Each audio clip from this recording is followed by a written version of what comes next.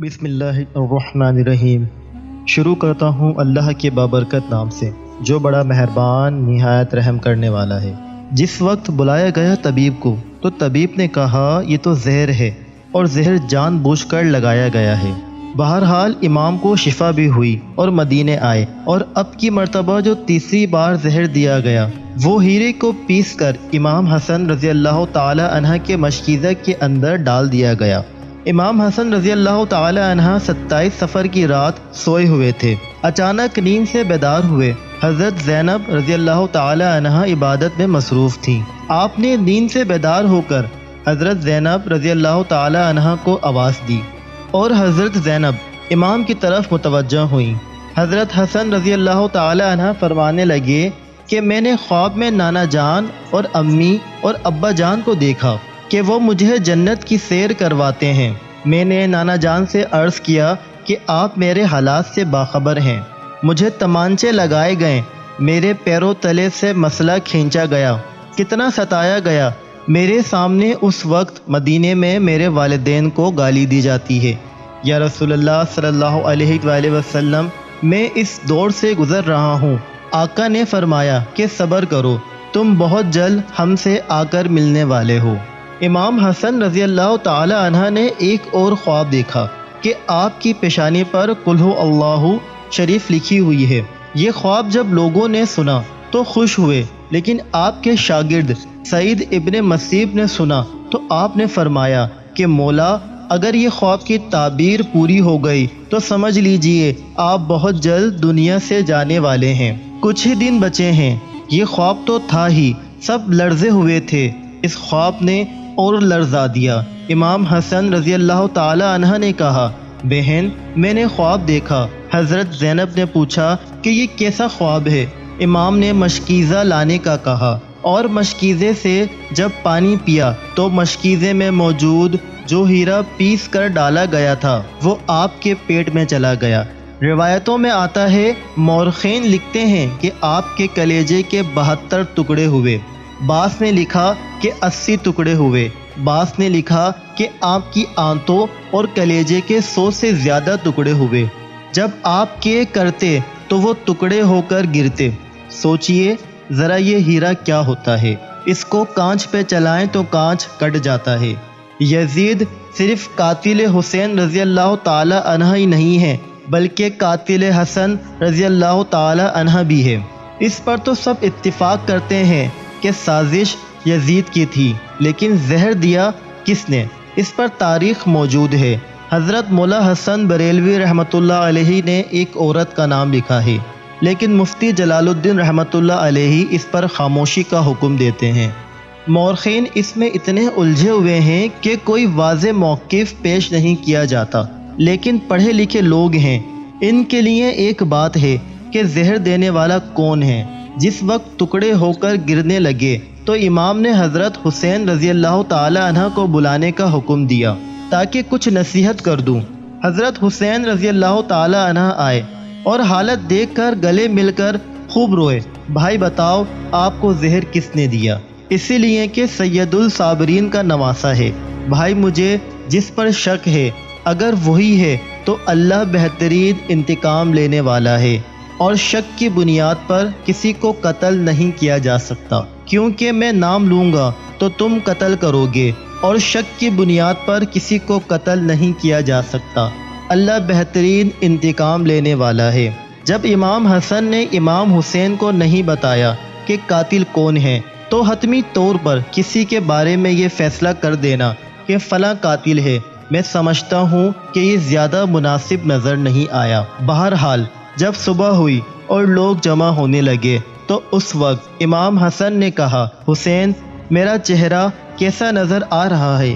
امام حسین رضی اللہ تعالی عنہ نے روتے ہوئے فرمایا، آپ کا چہرہ ہرا ہو گیا ہے۔ مسکرا کر کہا، اس تکلیف میں مسکرایا ہے حسن جس تکلیف میں لوگ ساری خوشیاں لوگوں کی چھن جاتی ہیں۔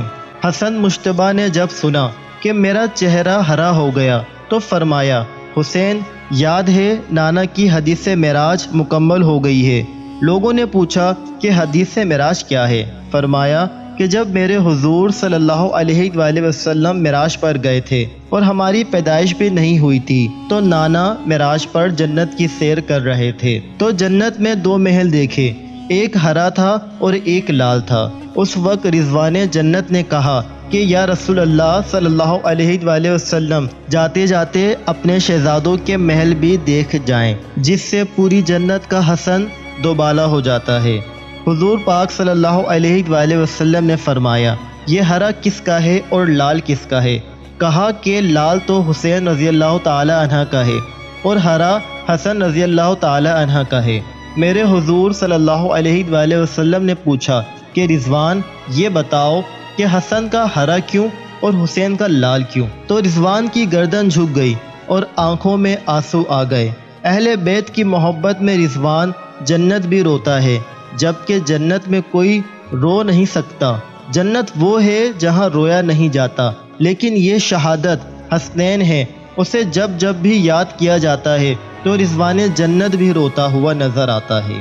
رضوان کی عرض کرنے کی ہمت نہ ہوئی۔ حضرت جبرائیل علیہ السلام آئے اور عرض کی، یا رسول اللہ صلی اللہ علیہ وآلہ وسلم، میں بتاتا ہوں، اللہ کے حکم سے یہ ہرا اس لیے ہے کہ جب حسن رضی اللہ تعالی عنہ کو زہر دیا جائے گا اور ان کا چہرہ اور جسم ہرا ہو جائے گا، اور حضرت حسین رضی اللہ تعالی عنہ کو کربلا میں شہید کیا جائے گا اور شہادت کی وجہ سے خون سے سارا جسم لال ہو جائے گا، اسی لیے حسن کا ہرا اور حسین کا لال محل ہے۔ دیکھا، حضور پاک صلی اللہ علیہ وآلہ وسلم کی یہ حدیث معراج پوری ہو رہی ہے۔ اس کے بعد حضرت حسن رضی اللہ تعالی عنہ نے لوگوں کو جانے کا حکم دیا اور گھر والوں کو ٹھہرنے کا کہا۔ اس وقت مولا حسن کے 3 یا 4 بیٹے تھے۔ ان بیٹوں میں ایک بڑا بیٹا تھا جس کی عمر صرف 7 سال تھی۔ وہ بڑا خوبصورت تھا اور نام قاسم تھا، اور ماں کا نام ام فروہ تھا۔ ام فروہ قاسم کے سر پر ہاتھ پھیرتے اور اپنے شوہر کی طرف دیکھتی، گویا ان کے سامنے اپنی بیوگی گھوم رہی تھی۔ ہائے بیوگی، ہائے بے کسی، ہائے بے بسی، لیکن زبان سے کچھ کہہ نہ سکتی تھیں۔ جب سب لوگ چلے گئے، حتیٰ کہ کوئی نہ بچا، تو حضرت حسن رضی اللہ تعالی عنہ نے اپنے بازو پر بندھے تعویذ کو کھولنے کا حکم ام فروہ کو دیا۔ تعویذ کھولا اور کھول کر حضرت حسن نے کہا کہ میرے بیٹے قاسم کو میرے پاس لاؤ۔ اپنے ہاتھوں سے وہ تعویذ بیٹے کے بازو پر باندھ دیا اور فرمایا، بیٹا، ایک وقت آئے گا جب تو شہید مصیبت میں گرفتار ہو جائے گا، اس وقت یہ تعویذ کھول کر دیکھ لینا۔ اس کے بعد حضرت حسین رضی اللہ تعالی عنہ کو بلا کر وصیت کی اور کہا، حسین، صبر سے کام لینا، اور میری تمنا ہے کہ جس وقت میرا جنازہ اٹھے تو مجھے نانا کے قدموں میں دفن کر دینا۔ میں نانا کے قدموں میں دفن ہونا چاہتا ہوں۔ امام عالی مقام 28 صفر کو ایک روایات کے مطابق، 29 صفر کو اور ایک روایت کے مطابق 5 ربیع الاول کو شہید ہو گئے، اس طرح سے کہ آپ کا پورا جسم ہرا ہو چکا تھا اور اندر کی آنتوں کے ٹکڑے کہہ کی صورت میں باہر گرے ہوئے تھے۔ حضرت حسن رضی اللہ تعالی عنہ کی شہادت ہوئی تو آپ کی تجہیز و تدفین کے لیے جنازہ اٹھایا گیا، لیکن یہ بھی تاریخ کا بدترین باب ہے کہ جب جنازہ باہر لے کر آئے تو حضور صلی اللہ علیہ وآلہ وسلم کے روضہ مبارک میں حضرت حسن رضی اللہ تعالی عنہ کو دفن کرنا چاہتے تھے، تو بنواویہ کے وہ غلیظ، جسے دنیا مروان کہتی ہو، بدترین آدمی، جس پر میرے آقا صلی اللہ علیہ وآلہ وسلم نے نالت کی تھی، اس نے کہا کہ میں ان کو دفن نہیں ہونے دوں گا۔ امام حسین رضی اللہ تعالی عنہ نے کہا کہ میرے بھائی کی وصیت ہے، میں دفن کروں گا، لیکن یہاں تک کہ مورخین نے لکھا، اس ظالم نے کمان سے تیر نکالا اور امام حسن رضی اللہ تعالی عنہ کے لاشے پر چلانا شروع کیا۔ ایک بندہ جو شہید ہو چکا ہے، لوگ کہتے ہیں کہ مروان کو، یزید کو اتنا برا نہ کہا، اس لیے کہ انہوں نے کیا کیا ہے؟ یہ کیا ہے، مرے ہوئے انسان کا تو دشمن بھی احترام کرتا ہے۔ مروان کیسا ظالم تھا، نانا کے قدموں میں نواسے کو لے جا رہے ہیں تو تلوار سے جنازہ روک لیا اور جنازے پر تیر چلانا شروع کر دیا۔ بعض روایتیں یہاں تک آتی ہیں، جنازہ حسن پر تیر چلائے۔ حضرت زینب رضی اللہ تعالی عنہ نے کہا، فاطمہ کے 2 بیٹوں کے جنازے میں نے دیکھے ہیں۔ حسن کو تو دوبارہ کفن ملا ہے، حسین کو تو ایک بار بھی کفن نہ ملا۔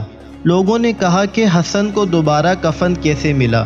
کہا کہ جب مروان نے حسن کے لاشے پر تیر چلایا تو وہ تیر لگا تو حسن کے کفن سے خون کی پھوار نکل پڑی، تو اس وقت لوگوں نے کہا کہ ایک کفن پر اب دوسرا کفن پھر لپیٹ دو تاکہ حسن کو رنگین کفن میں لے کر نہ جائیں، بلکہ ایک کفن اور دے دیا جائے۔ یہ بھی حضرت حسن رضی اللہ تعالی عنہ کی کرامت ہے کہ وصال کے بعد بھی تیر لگا تو آپ کے جسم سے خون نکلا۔ کسی نے امام حسین رضی اللہ تعالی عنہ سے کہا، شہزادہ حسن رضی اللہ تعالی عنہ کی یہ وصیت تھی کہ مجھے حضور صلی اللہ علیہ وآلہ وسلم کے قدموں میں دفن کریں، لیکن انہوں نے یہ بھی تو کہا کہ اگر مروان آڑے آئے تو مجھے امی جان کے قدموں میں دفن کر دینا، آپ اس پر بھی عمل کر سکتے ہیں۔ پھر امام حسن رضی اللہ تعالی عنہ کو حضرت فاطمہ رضی اللہ تعالی عنہ کے قدموں میں دفن کر دیا گیا۔